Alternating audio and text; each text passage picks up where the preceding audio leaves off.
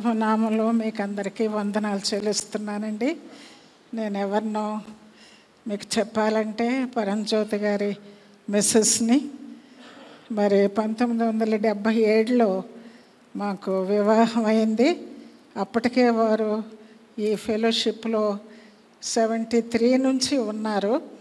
మరి ఒక విషయం చెప్పాలంటే నేను అప్పటికే నా ఆభరణాలు తీసాను కాబట్టి నాకు వివాహం అవ్వడం కష్టం అని చెప్పేవారు.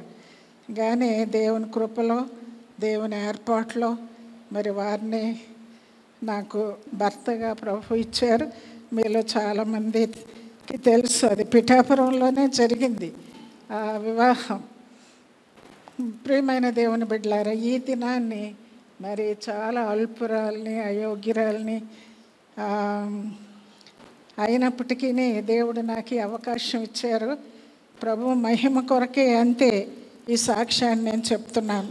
ఇది కేవలం నా జీవితంలో జరిగిన ఒక రివైవల్ అని చెప్పాలి.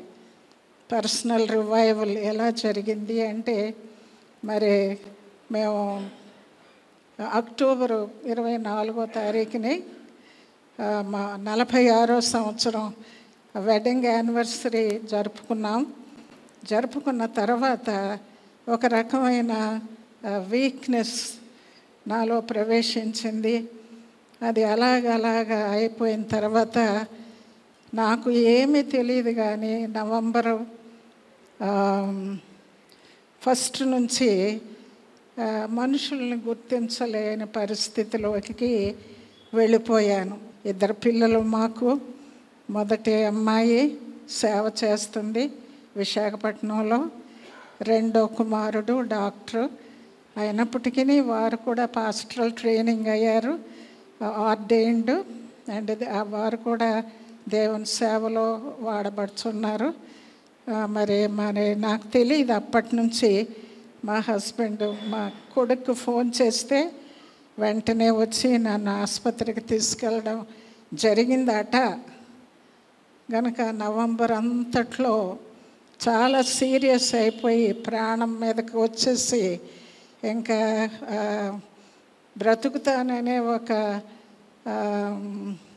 ఆశ కూడా లేని పరిస్థితి ఏర్పడినట్లు తర్వాత నాకు చెప్పారు. నవంబర్ 1 నుంచి కాకినాడ, వెల్లూరు కూడా తీసుకెళ్ళిపోయారు నన్ను. వెల్లూరులో ఈ సమయంలో ఏమి జరిగిందో ఏమి కూడా నాకు గుర్తులేదు. అదే valley of shadow of death. ఆ వ్యాలీలో మరి నేను ఆ పెయిన్ అది ఎక్స్పీరియన్స్ చేయలేదు. కానీ నాతో దేవుడు, నా హస్బెండ్, నా 2 పిల్లలు, బంధువులు, స్నేహితులు అందరూ నా చుట్టూ ఉండి నాకు పరిచర్య చేశారని చెప్పారు. అదంతా దేవుని యొక్క కృప, ఆయన మహిమ కొరకే. అదైన తర్వాత డిసెంబర్ 12ని ఆఖరికి వెల్లూరు నుంచి తీసుకొని వచ్చారు నన్ను పిఠాపురం. అప్పుడు పిఠాపురంలో వచ్చిన తర్వాత నాకు కాన్షియస్నెస్ వచ్చింది. కానీ ఇంకా ఏదో ఎంప్టీనెస్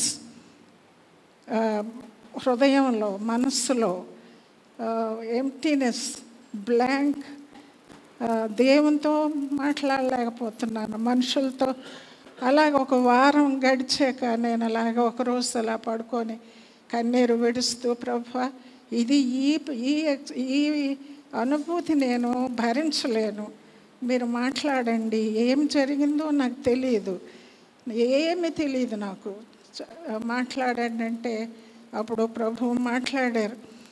నా కుమార్తె, ఎందుకు దుఃఖిస్తావు? చూడు, నా అరచేతుల మీదనే నిన్ను చెక్కుకున్నాను, దుఃఖించొద్దు అని ప్రభువు మాట్లాడారు.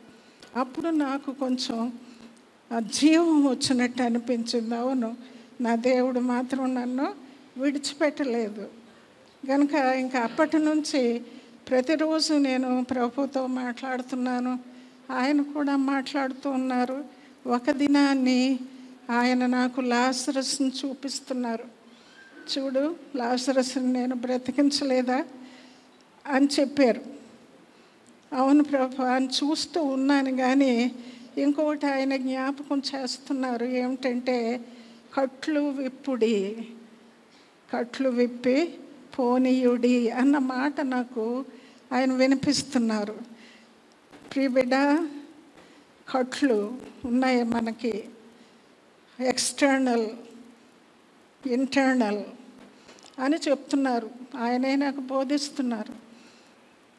ఎక్స్టర్నల్ అంటే మనం పై రూపాన్ని అన్నీ మార్చుకుంటాం చాలా సులువుగా, కానీ ఇంటర్నల్ అంతరంగ కట్లు, అంతరంగ కట్లు, అసూయ, ద్వేషము, పగ, కలహము, క్షమించలేని మనస్సు, వీటన్నిటికీ ముఖ్యంగా ప్రభు నా జీవితంలో చూపించింది.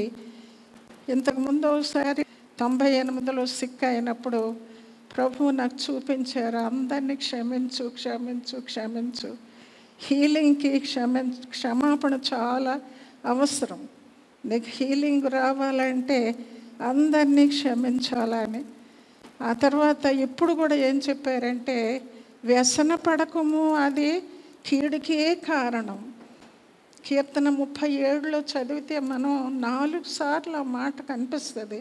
వ్యసన పడకము, అది కీడికే కారణము. ప్రియమైన బిడ్డలారా, మరి మేము కూడా చిన్న మినిస్ట్రీ చేస్తున్నాము. అది కూడా నేను సిఎంసి హాస్పిటల్లో 40 సంవత్సరాలు పనిచేశాను. పనిచేసి ముగించిన తర్వాత నాకు ఒక పెద్ద ఫేర్వెల్ పెట్టి అందరూ నన్ను చాలా పొగుడుతున్నారు.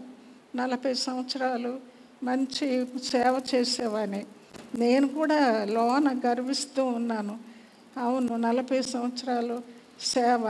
కానీ ఒక దైవ భక్తుడు, విశ్వాసం గారు ఉన్నారు అప్పుడు, వారు చెప్పారు, అమ్మ నువ్వు చేసిందంతా సామాజిక సేవ అమ్మా, అది చాలా తల్లి, నీ భుక్తి కొరకు చేసావు, జీతం కొరకే చేశాను, నేను ఊరకం చేయలేదు సేవ ఆ 40 సంవత్సరాలు. ఇప్పుడు చెయ్యాలమ్మా నువ్వు సేవ అన్నారు. నాకు అప్పటి వరకు సేవ అంటే ఇదంటే ఏమీ ఇష్టం ఉండేది కాదు అసలు. అది పాస్టర్స్ పని, నా పని కాదు, ఆడవాళ్ళకి అసలే కాదు అనుకుండేదాన్ని. ప్రభు ఆ దినాన్ని నా హృదయం గుచ్చబడింది. అవును కదా ప్రభు, నేను ఇచ్చిన రక్షణ, మీరిచ్చిన రక్షణ నేను ఇతరులకి పంచుకోవడం లేదు, నాకు మట్టుకు నేనే ఉంచుకుంటున్నానని, సరే ప్రభు నేను నీ సేవలో పాల్గొంటానని, మరి నేను నా భర్త ఇద్దరమును మా ఉద్యోగాలు విడిచిపెట్టలేదు. కానీ రిటైర్ అయిన తర్వాత చిన్న సేవ మొదలుపెట్టాము. అన్యుల మధ్యనే అది జరుగుతూ ఉంది. ముఖ్యంగా నేను చెప్పేది, ఈ మనకి నిజమైన పర్సనల్ రివైవల్ రావాలి అంటే ఆ internal bindings must be opened. హృదయంలో ఉన్న ఆ పగ, కలహము, రిసెంట్మెంట్, యాంగర్, ఇవన్నీ ఏం చేస్తాయంటే మనల్ని లోన యాంటీబాడీస్ని ఏం చేస్తాయి, డిక్రీస్ చేసేస్తాయి. దానివల్ల రెసిస్టెన్స్ పవర్ పోతుంది, దానివల్ల మనకు అనారోగ్యానికి కారణం అయిపోతుంది. అలాగే నా జీవితంలో నేను అనుభవిస్తూ ఉన్నాను కనుక ప్రభు ఈసారి మరొకసారి నాకు జ్ఞాపకం చేశారు. ఫ్రెట్ఫుల్నెస్ అన్నది చాలా భయంకరమైన పాపం. అది మీకు చెప్పనా, దానికి తెలుగులో ఏంటి అని నేను డిక్షనరీ చూసినప్పుడు గింజుకుంటాం కదా. ఎందుకు ఇలా జరిగింది, ఎందుకు అలాగ అన్నారు, ఎందుకు that is very very powerful thing to యాంటీబాడీస్ని డిక్రీస్ చేస్తుంది. కనుక నేను అవన్నీ ప్రభు దగ్గర ఒప్పుకున్నాను, విడిచిపెట్టాను. మరి ప్రభు నాకు ఆరోగ్యం ఇచ్చారు, స్వస్థత ఇచ్చారు. కనుక ప్రియమైన బిడ్డలారా, ఇంకొక విషయం ప్రభు నాకు చెప్పారు ఏమిటంటే, నిన్ను నలుగుగొట్టుటకు నాకు ఇష్టమాయను. ఆ మాట నేను యాక్సెప్ట్ చేశాను. అవును ప్రభు, యోబు గ్రంథం చదువుతున్నా, ఎన్నోసార్లు చదివాను, మరలా ఇప్పుడు చదువుతున్నాను. నిన్ను నలుగుగొట్టుటకు నాకు ఇష్టమాయను. నలుగుగొట్టి ప్రభా నీకు ఇష్టమైన పాత్రగా చెయ్యి అని ఒప్పుకున్నాను. ఆ తర్వాత ఇది ఒక విశ్వాస పరీక్ష కనుక నీవు దీనిలో సహించుకో, ఓర్చుకో అని ప్రభువు సెలవిచ్చారు. కనుక ఇంకా ఆఖరికి ఒక మాట చెప్పి ముగించేస్తాను. ఇక మీదట ఏం చేయమంటారు ప్రభువా అని అడిగినప్పుడు ఆయన, నీ చిత్తమే, నీ చిత్తమే, నేను మట్టిని, నీవు కుమ్మరివి, నీకు ఇష్టమైన పాత్రగా నన్ను వాడుకో, ఆయనకి నన్ను నేను సమర్పించుకున్నాను. ఇంకొక మాట చెప్తాను. నేను మరి 80s దాటిపోయాయి నా వయసు, తెలుసా మీకు అందరికీ. కనుక ఇంకేం చేయగలంలే. ఈవెన్ కొంతమంది డాక్టర్స్ కూడా ఇంకేం చేస్తాంలేండి అన్నారట నా కొడుకుతో. కానీ నా కొడుకు మరి ఆ మాటకి ఇష్టపడక అన్ని ప్రయత్నాలు చేశారు. కనుక అయితే నేను కూడా అనేకసార్లు ప్రభువుకి ప్రశ్నించాను ఏంటంటే, ప్రభువా, మోషే, అహరోను, మరి జాషువా వీళ్ళందరూ 80s అయ్యాక చేశారు సేవ. వాళ్ళందరూ మగవాళ్ళు, ఆడదాన్ని నేనేం చేయగలను అని నేను ఒకసారి అడిగినప్పుడు ప్రభు ఏం చెప్పారంటే, శారాన్ చూడు, హెబ్రీ 11:11 ఏమని ఉంటుంది, ఆమె వాగ్దానమును సందేహించక బలము ధరించుకునిందట ఎవరిని, ఇస్సాకును కనడానికి. గనుక ప్రియబిడ్డ, మరి వయసుతో నిమిత్తం లేదు. అప్పటి నుంచి శారమ్మ గారిని నేను చూస్తూ, నన్ను బలపరచువాని బట్టే నేను సమస్తము చేయగలను అనే ఒక వాగ్దానంతో ముందుకి సేవలో, ఇదిగో నా హస్బెండ్తో కలిసి మేము ఆ సేవ చేస్తున్నాము. ఇంకో మాట ఏం చెప్పారంటే, అందరినీ హెచ్చరించు. ఎక్కువగా నేను యూత్ పిల్లలతో మాట్లాడుతూ ఉంటాను, స్త్రీలతో మాట్లాడుతూ ఉంటాను. కనుక వారిని హెచ్చరించు. ఇదే దేవుడు నాకు అప్పచెప్పని శాశ్వత జీవితం.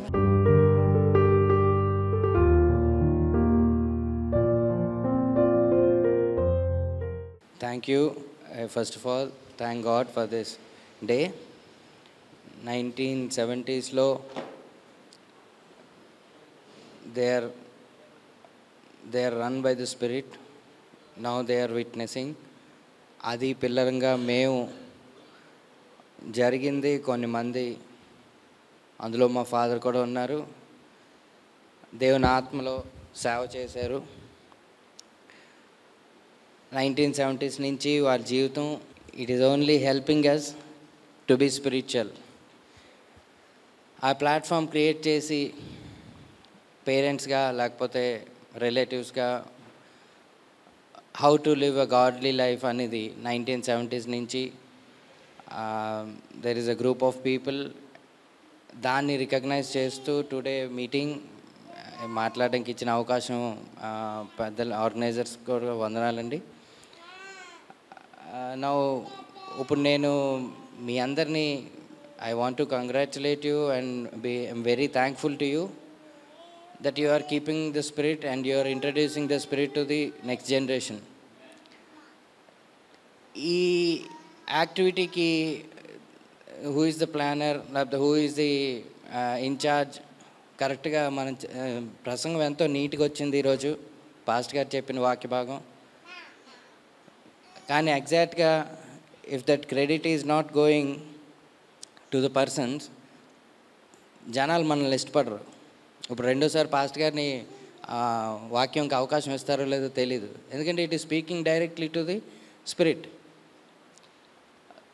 So I want to congratulate the planner and the spirit which is leading the human bodies. And even I am a human being, I came out of my father. I really want to thank my parents, because out of nowhere vacuum lo nunchi nenu raaledu. There is a human being, there are people led by the spirit, and today they are introducing, they are giving to me. I am now in God's ministry full time. So ఈ whole line of action అంతటికీ I'm very thankful. మీరు చేసిన సేవ sometimes మేము చెప్పే మాటల్లో దాన్ని express చేసి full regard, full appreciation, full recognition ఇవ్వలేకపోవచ్చు. You went through many tough times to 2024లో మీరు కలిసారు. 1970స్లో ఎనర్జైజ్ అయిన మనుషులు 2023-24లో కలిసారు. ఇంతకు ముందు ఎందుకు కలలేదు, 10 years ముందు ఎందుకు కలలేదంటే it is only for in God's planning. ఇప్పుడు మీరు కలిసి మమ్మల్ని స్పిరిచువలైజ్ చేస్తున్నందుకు thank God and thank you all. Thank you for this opportunity.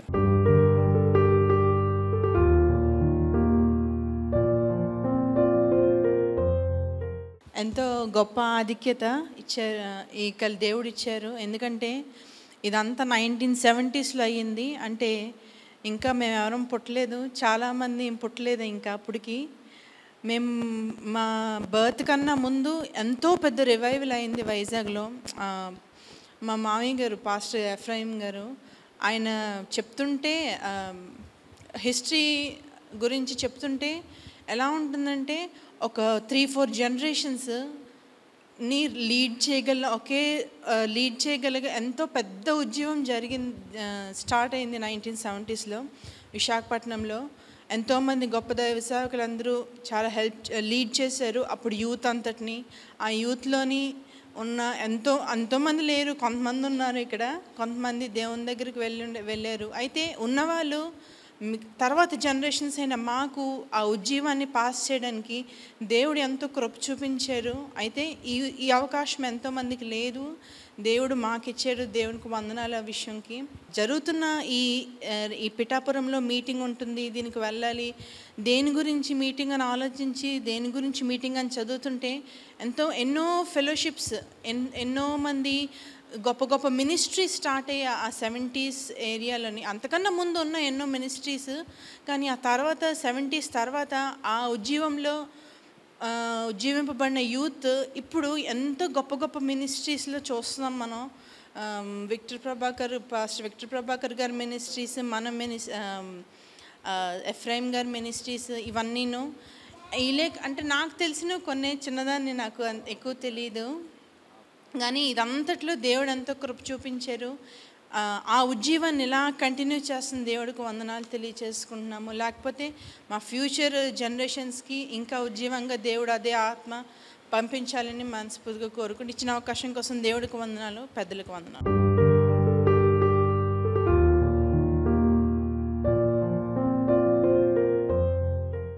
దేవుని వందనాలండి. మీకు అందరికీ నా వందనాలు చెల్లిస్తున్నాను. మరి నాకిద్దరు తమ్ముళ్ళు, పెద్ద తమ్ముడు అసలు లోబడేవాడు కాదు. మరి అప్పర్ రూము బ్రదర్స్ ద్వారానే మీటింగ్స్ నాగులపల్లిని ఆ ఊర్లో బాప్టిస్ట్ చర్చిలో పెట్టిస్తూ ఉండేవారు. వారి ద్వారానే మా పెద్ద తమ్ముడు రక్షించబడ్డాడు. ఈ అవకాశం మరలా రాదు, నేను చెప్తానని సుకుమారని అడిగాను. మరి చాలా మొండిగా ఉండేవాడు. మరి అలాంటి వ్యక్తి దేవుడు అప్పర్ రూమ్ బ్రదర్స్ ద్వారా, ఈ ఫెలోషిప్ ద్వారా, మీటింగ్స్ ద్వారా రక్షించబడ్డాడండి. దాన్ని బట్టి దేవుని వందనాలు చెల్లిస్తున్నాను. హల్లెలూయా. తర్వాత సుకుమార్ అన్న, నేను డిగ్రీ సెకండ్ ఇయర్లో ఉన్నప్పుడు ఏబీసీ ఆంధ్ర బాప్టిస్ట్ చర్చిలో వాక్యం చెప్పడానికి అప్పర్ రూమ్ బ్రదర్స్ వచ్చారు. పిఠాపురం బాప్టిస్ట్ చర్చిలో అండి. అక్కడ నేను కూడా నాగులపల్లి నుంచి చాలామంది యవనస్తులు వచ్చాము. అప్పుడు సుకుమార్ అన్నయ్య గారు వాక్యం చెప్పారండి. ఏంటంటే క్రీస్తు స్వారూప్యలోనే దేవుడు మనల్ని సృజించాడు. ఈ లోకంలోకి వచ్చినందుకు సాతాను స్వారూప్యం మనల్ని ఆవరించింది. నా చెల్లి, నా తమ్ముడు, మరొకసారి మీకు క్రీస్తు స్వారూప్యం కావాలి అంటే మీరు సమర్పించుకోండి, దేవునికి అప్పగించుకోండి అని దాని గురించి వివరించినప్పుడు నేను 10th క్లాస్లో మారుమనసు పొందానండి. అయితే డిగ్రీ సెకండ్ ఇయర్లో నేను మారుమనసు పొందాను, బాప్తిసం తీసుకున్నాను. కానీ గోల్డ్ అంటే నాకు చాలా ఇష్టం. నా తల్లిదండ్రులు నేను 10 years వరకు పెట్టలేదు. వారిని నేను గట్టిగా అడిగి ఆ బంగారాన్ని చెవులు మెళ్ళో పెట్టించుకున్నాను. దేవుడు నాతో చాలాసార్లు కళల ద్వారా మరి సిద్ధపాటు అనే మనసు లేదని బయలుపరిచినప్పుడు తండ్రి ఏంటి అని ప్రార్థన చేసుకునేదాన్ని.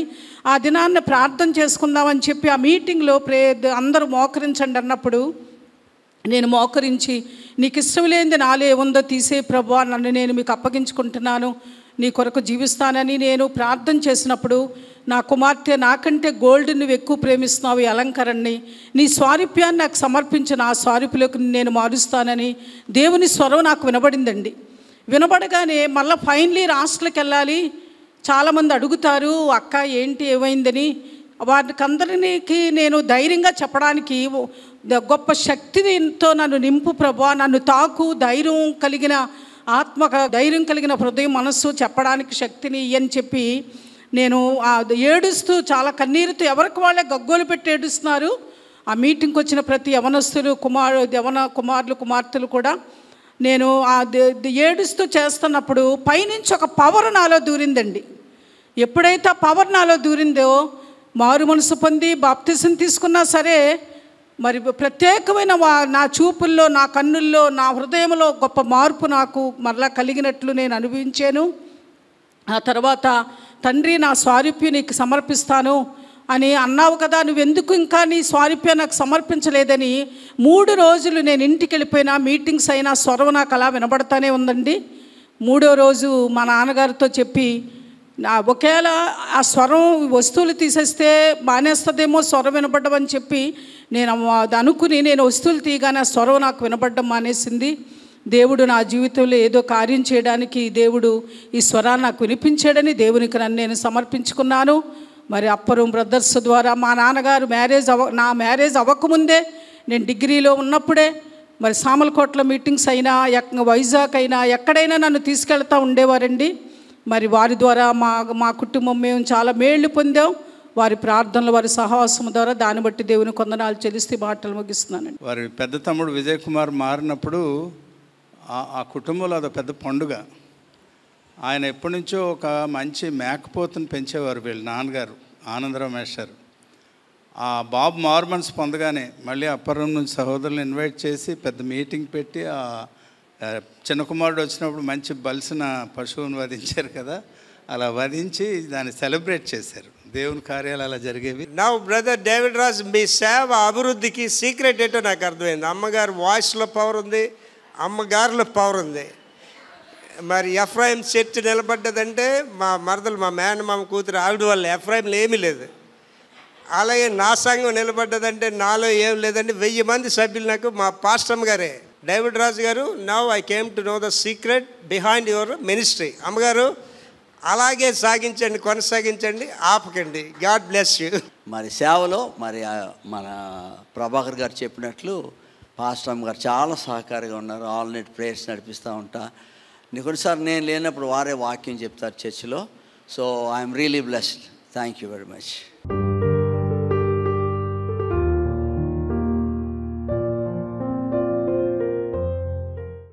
మరి వైజాగ్లో వైఎంసీలో అయిన తర్వాత ఈ యొక్క గ్యాదరింగ్ నేను ప్రార్థన చేయగానే నాకు అనిపించింది, పిఠాపురంలో కూడా ఇటువంటి ప్రార్థన సమావేశం పెట్టుకుంటే మంచిదని ఆశపడి నేను మరి మన ప్రభాకర్ గారికి, విక్టర్ గారికి వారికి తెలియజేసినప్పుడు వారు ప్రార్థన చేద్దామని చెప్పి ఈ డేట్ని ఫిక్స్ చేయడం జరిగింది. ఎందుకంటే రేపటి నుంచి అదే మన యాష్ వెన్స్డే కాబట్టి, భస్మ బుధవారం కాబట్టి ఈరోజు బాగుంటుందని చెప్పి అనుకున్నాం. సో మొట్టమొదటిగా మరి పట్నాయక్ అన్నయ్య గారికి, అదే రీతిగా ప్రియులు విక్టర్ గారికి, ఎఫ్రాయిం గారికి ప్రత్యేకమైన వందనాలు చెల్లిస్తున్నాను. అదే రీతిగా మీరందరూ కూడా ఎంతో దూరం నుంచి శ్రమపడి వచ్చారు. మరి నాకు అంటే అప్పర్ రూమ్లో ఉన్నప్పుడు రత్న కుమార్ గారు, ఇమాన్యుయల్, యానీ, ఆ తర్వాత ప్రమీల వదిన గారు, సమర్పణ గారు, ఆయన మంచి సీమ్యాన్, చాలా బలంగా ఉండేవారు. సో వారిని బట్టి, అలాగే అనకాపల్లి నుంచి జాన్సన్, ఇలాగ మనకు కొంతమంది బిడ్డలందరూ నేను ఎరిగిన వారు అని ఆ పరంజ్యోతనే మేము ఇక్కడే ఉంటున్నాం, మేము ఎప్పుడు కలుసుకుంటుంటాం. సో ఈ మంచి అకేషన్ బట్టి దేవునికి స్తోత్రాలు, వందనాలు చెల్లిస్తున్నాను. యాక్చువల్గా మేము ఇక్కడ 84లో ఈ మినిస్ట్రీ స్టార్ట్ చేసాం. ఈ పరిచర్య మేము ప్రారంభించినప్పుడు మా ఇంటి అద్దె 70 రూపాయలు. చిన్న ఇంట్లో ఈ పరిచర్య మేము ప్రారంభించాం.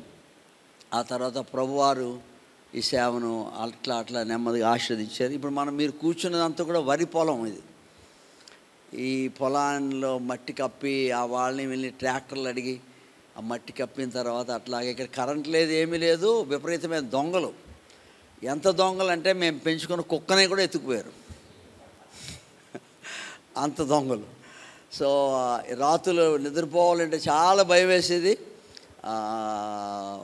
మేము ఎవరినైనా తోడు తెచ్చుకొని మేము నిద్రపోతుండేవాళ్ళం. అట్లాంటిది దేవుడు ఈ చక్కని స్థలాన్ని మాకు ఇచ్చాడు. మొట్టమొదటి ఇందులో పాక వేసాం, ఆ తర్వాత పాకని పెద్దది చేసాం. అది అయిన తర్వాత అట్లా ఇది ముందు కట్టాం, తర్వాత ఎక్స్టెన్షన్ చేసాం. అలాగా దేవుని బట్టి సేవలో మేము ముందుకు సాగుతూ ఉన్నాం. మా సేవలో అప్పర్ రూమ్కి ప్రత్యేకంగా the discipline of the upper room, the order, upper రూమ్లో ఉన్న క్రమం, ఆ డిసిప్లైన్ నిజంగా ఈ రోజుల్లో మా సంఘానికి చెప్తుంటే చాలా ఆశ్చర్యపోతుంటారు. మేము చాలా డిసిప్లిన్లో పెరిగాము. ఒకసారి నేను బొబ్బిలి వెళ్తూ ఉన్నప్పుడు రక్షింపడిన కొత్తలో, నేను 74లో రక్షింపడ్డాను, 79లో సేవకు వచ్చాను. రైల్వే గేట్ వచ్చింది, రైల్వే క్రాసింగ్ వచ్చింది. అప్పుడు ఆ పాత వ్యాన్లో ఉన్నాం. గేట్ రాగానే దిగిపోవడం అందరికి అలవాటు. అంటే అలా దిగుతుంటాం, నేను దిగిపోయాను, కానీ ఎవరు దిగలేదు. దిగిన తర్వాత అందరూ కూర్చొని ఉన్నారు, నేను దిగాను. దిగిన తర్వాత గేట్ కదా, గేట్ వేశారు, రైల్వే గేట్ అని. తర్వాత మళ్ళీ గేట్ తీసారు, అందరూ వెళ్ళిపోయి. అప్పుడు కృపారావు నన్ను అడిగారు, తమ్ముడు ఎందుకు దిగావని అడిగారు. ఎందుకు దిగావని అడిగితే గేట్ వేశారు కదా దిగారు. మరి వీళ్ళు ఎవరైనా దిగారు అంటే ఎవరు దిగలేదు. సో అలాంటివి ఎన్నో ఉన్నాయి, అలాంటివి ఎన్నో విషయాలు. అంటే ఆ క్రమంలో, ఆ డిసిప్లిన్లో మేము పెరిగాం కనుక. మరి ఇక్కడ పరంజ్యోతి గారు ఉన్నారు, మేము ఒకసారి ఇందాక జ్ఞాపకం చేశారని సుకుమార్ అనియ, మేము మచిలీపట్నం వెళ్ళాం సువార్తకి. వెళ్తే మాకు జుత్తులు ఉండేవి, హిప్పీ. అప్పుడు చార్లెస్ రాజ్ కుమార్ నేను ఉంటే, అప్పుడు పరంజ్యోతి గారికి నన్ను అప్పగించి, నన్ను చార్లెస్ రాజ్ కుమార్ని వీళ్ళు తీసుకెళ్ళి వీళ్ళు తలకి కటింగ్ వేయించు అంటే, ఈయన ఏం చేశారంటే ఆ బందర్లో మచిలీపట్నంలోనే తలకి ఆ షాపుకి తీసుకెళ్ళి, నేను అన్నదాకా వీళ్ళకి కటింగ్ ఆపోద్దని చెప్పాడు. తలలు మావి ఆయన అంటే తప్ప కటింగ్ ఆపలేడు. ఆఖరికి ఆల్మోస్ట్ వాళ్ళు గుండులు అయిపోయేదాకా ఆయన అనలేదు, కానీ మేము మాట్లాడడం లేదు. ఈయన చేసిన ఇంకో ఘనకారం ఏంటంటే, పరంజ్యోతి గారు, నేను స్నానం చేస్తున్నాను, అక్కడ మాకు ఒక హాస్టల్ ఇచ్చారు. స్నానం చేస్తున్న మధ్యలో నా బకెట్ పట్టుకుపోయారు అంతే, కానీ ఏమనడానికి లేదు. ప్రియులారా, అంటే ఆ రోజుల్లో కొంచెం ఏదో బాధ అనిపించేది, కానీ చాలా మంచి ఆ క్రమంలో. మరి అందుకే ఉద్యమం అనేది ఇంత అడావిడి లేదు. అప్పుడు లైట్లు లేవు, మైక్ లేదు, చిన్న మెగాఫోన్ ఉండేది, డ్రమ్ ఉండేది. సో ఎక్కడ మీటింగ్కి వెళ్ళినా అందరూ పశ్చాత్తాపడేవారు. ఎక్కడ మీటింగ్కి వెళ్ళినా పడకుండా మీటింగ్ జరగదు, అంతే, జరిగేది కాదు. దేవునికి స్తోత్రం. ఎంతోమంది మార్పు చెందేవారు. సో ఏమీ లేవు, ఇవేమీ లేవు. పెద్ద మైక్ సిస్టమ్ కానీ, పెద్ద లైట్లు కానీ, ఫెసిలిటీస్ ఏవి లేవు. బట్ స్టిల్ దేవుడు తన కార్యం జరిగించాడు. ఎందుకో అసలు ఆ వేవే వేరు. ఆ యొక్క కార్యాలు, ఆ వాతావరణము, ఆ పరిస్థితులు. అందరం సింపుల్, అందరూ మామూలే. మేమేమి ఎవరిమీ కూడా పెద్ద గొప్పవాళ్ళం కాదు, కానీ నేను వైజాగ్లో ఉండేవాడిని. సో అందరూ మామూలుగానే ఉండేవాళ్ళం. అయితే దేవుని కార్యాలు మాత్రమే చూసేవాళ్ళమి. హోటల్లో కూర్చుంటే ప్రభు గురించి మాట్లాడమనేవారు. ఏమైనా అవ్వడానికి హిల్ క్రస్ట్లో ఒకసారి మీటింగ్ అవుతున్నప్పుడు, వైజాగ్ హిల్ క్రస్ట్లో ఏదో ఒక చిన్ని సందర్భంలో ఇద్దరు మాట్లాడుకుంటే, నాన్న బయట వాళ్ళు చాలామంది వింటున్నారు అని, నన్ను క్షమించని అడిగమని చెప్పి ఒకరిని అడగండి, అప్పుడు వినేవారికి చాలా అది మేలు కలుగుతుందంటే, అలాగే మేము ప్రవర్తించేవాళ్ళం. ఇలాగ చెప్పాలంటే చాలా విషయాల్లో దేవుడు మాకు నేర్పించాడు. మరి ఆ క్రమశిక్షణ, ఆ రోడ్ల మీద టైర్లు దొర్లించుకొని వెళ్ళి వాళ్ళకి పంచర్లు వేయించి, ఒకసారి చీపురు వెళ్ళినప్పుడు ప్రభాకర్ గారు నేను డ్రైవర్స్గా ఉన్నాం. చీపురుపల్లిలోని మీటింగ్ అయింది, ఆదివారం, వర్షం వస్తుంది, సాయంత్రం అయింది. బయలుదేరేద్దాం అనుకునేసరికి గాలి తగ్గిపోయింది వ్యాన్లో. ఆ టైర్ తీసి ఆ పంచర్ షాపుకి తీసుకొని వెళ్ళి గాలి వేద్దామంటే ఆదివారం ఏ పంచర్ షాపులు లేవు. తర్వాత ఏమో గాలి తగ్గిపోయింది, వర్షం ఒకటి వస్తుంది.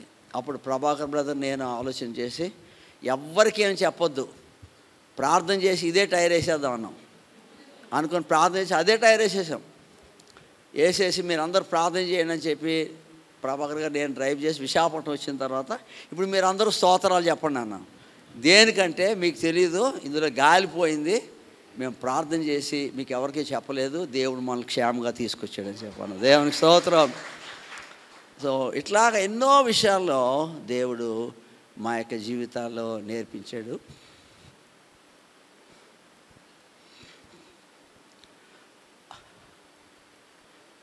ఆ దినాలు అంటే పడితే అనుకో వందనాలు చెల్లిస్తున్నాను. ఆ రోజుల్లో మేము చాలా చిన్నోళ్ళమి, నన్ను తమ్ముడు అనేవారు. ఇది నేను సంఘాన్ని నడిపిస్తూ ఉన్నప్పుడు ఈ విషయాలన్నీ చెప్తూ ఉన్నప్పుడు సంఘానికి చాలా ఆశ్చర్యం కలుగుతూ ఉండేది. నేను ఇక్కడికి వచ్చినప్పుడు, దేవుడు నన్ను ఇక్కడ పంపించినప్పుడు నా భార్య, నా పెద్ద కొడుకు సంవత్సరం, వాళ్ళే మా చర్చ్ మెంబర్స్, వాళ్ళకే వాక్యం చెప్పేవాడిని. నా నమ్మకం ఏంటంటే దేవుడు నన్ను పిలిస్తే నన్ను విడిచిపెట్టాడు, నేను ఎక్కడున్నా సరే దేవుడు నన్ను ఆశీర్వదిస్తాడు. సో ఆ రీతిగా దేవుడు ఆశీర్వదించాడు, దీవించాడు, ఈ స్థితికి దేవుడు తీసుకొచ్చాడు. సో అంత మాత్రమే కాకుండా ఇంకొక ఏంటంటే నార్త్ కొరియా కొరకు ఎక్కువ ప్రార్థన చేస్తూ ఉంటాం మనం. ఎందుకంటే ప్రపంచంలో క్రైస్తవులను హింసిస్తున్న దేశాల్లో ఉత్తర కొరియా చాలా మొదటి స్థానంలో ఉంది, నార్త్ కొరియా. నేను 3 సంవత్సరాల క్రితము సౌత్ కొరియా వెళ్ళాను.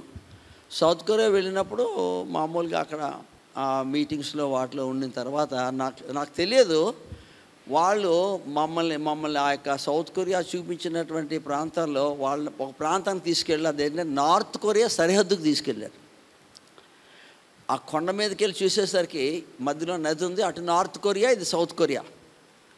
అప్పుడు నాకు చాలా సంతోషం అనిపించింది. ఎన్నో సంవత్సరాల నుంచి నార్త్ కొరియా కొరకు ప్రార్థన చేస్తున్నాము, దేవా కళ్ళతో నార్త్ కొరియా చూడడానికి తీసుకొచ్చాను చెప్పి వెంటనే అందరినీ ప్రార్థన చేయమని చెప్పాను. నేను కూడా మోకరించి ప్రార్థన చేశాను. ఇలాగా దేవుడు మా జీవితాల్లో కొన్ని అద్భుతాలు, ఆశ్చర్యకార్యాలు చేసి ఇది నా స్థితికి నడిపించాడు. నేను ఒకటి నమ్ముతాను, అది ఏంటంటే ప్రత్యక్షత, రెవల్యూషన్.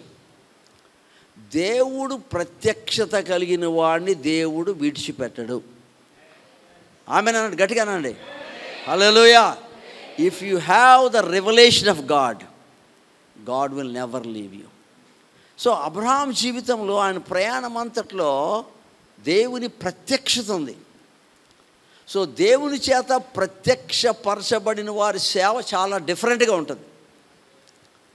మోషే మందను కాచుకుంటూ ఉన్నప్పుడు దేవుడు మండుచున్న పొదలో ప్రత్యక్షమయ్యాడంటది.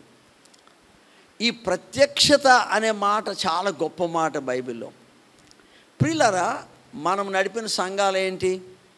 ఇంచుమించు ఆయన 20 లక్షల మంది అంటారు, 6 లక్షల కాల్బలం, మిగతా కొందరు 20 అంటారు, కొందరు ఇంకా ఏవేవి చెప్తారు, కానీ 20 అంటారు. సో 20 లక్షల మందిని అడవిలో నడిపించాడు. The church in the wilderness, అడవిలో సంఘం. మనము చాలా ఈజీ సంఘాన్ని నడిపించడం. కానీ నిర్గమాకాండంలో 33 అధ్యాయంలో ఏమని రాయబడ్డదంటే, ఈ పాళెమునకు వెలుపట ఒక గుడారాన్ని వేశాడంట మోషే గారు. ఆ గుడారం పేరే ప్రత్యక్షపు గుడారం. సో దేవుని వెతికే వారందరూ అక్కడికి వెళ్ళేవారంట. సో మోషే గారు అందులోకి వచ్చేవారు. అందులోకి వెళ్తే ఏం వచ్చేది? దానికి ప్రత్యక్షత వచ్చేది. అలా మీరు బైబిల్ అంతా చూస్తే యెహెజ్కేలు గురించి కానీ, శామ్యూయేలు గురించి, శామ్యూయేలు కాలంలో ఆ దినాల్లో దేవుడు వాక్యం ప్రత్యక్షత అరుదుగా ఉండేది. ఆ తర్వాత సమూయేలుకి దేవుడు ప్రత్యక్షమవుతూ వచ్చాడు. కనుక ఈ మాట ప్రత్యక్షపు గుడారం, ప్రత్యక్షపు గుడారంలోకి ఎందుకు వెళ్ళేవాడంటే మోషే ప్రత్యక్షత కొరకు వెళ్ళేవాడు. So one he got the revolution, ఆయనకి ఎప్పుడైతే ప్రత్యక్షత వచ్చిందో అడవిలోని అంత లక్షల మందిని. సో పెద్ద చర్చి పాల్యాంగి చౌకర్ది కాదు, మోషే గారిదే పెద్ద చర్చి. చాలామంది అనుకుంటారు, మేము వెళ్ళి చూసాం పాల్యాంగి చౌకర్ చర్చి, కానీ అడవిలోని చర్చి.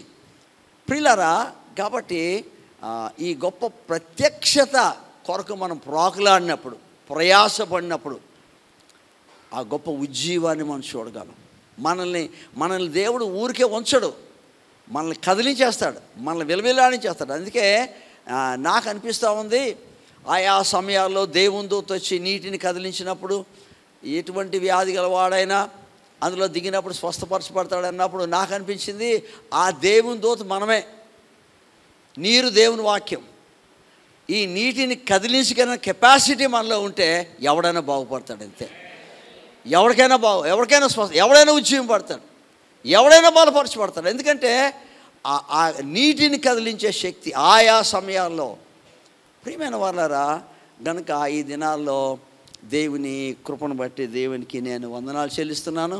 మరి మా చిన్న సేవ కొరకు జ్ఞాపకం చేసుకోండి. నా ఆశది దేవుని ప్రత్యక్షత కలిగి సేవ చేస్తే ఎన్నో పరిస్థితులు మనకు వస్తాయి, ఎన్నో పరిస్థితులు ఎదురొస్తాయి, కానీ దేవుని కొరకు మనము గొప్ప కార్యాలు చేయగలం.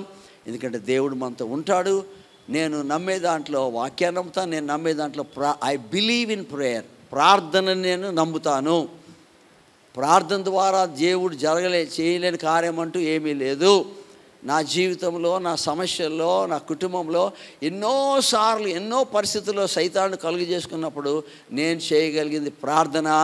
దేవుణ్ణి నేను అడిగింది, దేవా నీవు కలుగు చేసుకో, నేనేం చేయలేను అన్నప్పుడు దేవుడు కలుగు చేసుకొని గొప్ప కార్యాలు జరిగించాడు. కాబట్టి దేవుడు చేసినటువంటి గొప్ప కార్యాలు బట్టి దేవునికి వందనాలు చెల్లిస్తున్నాను.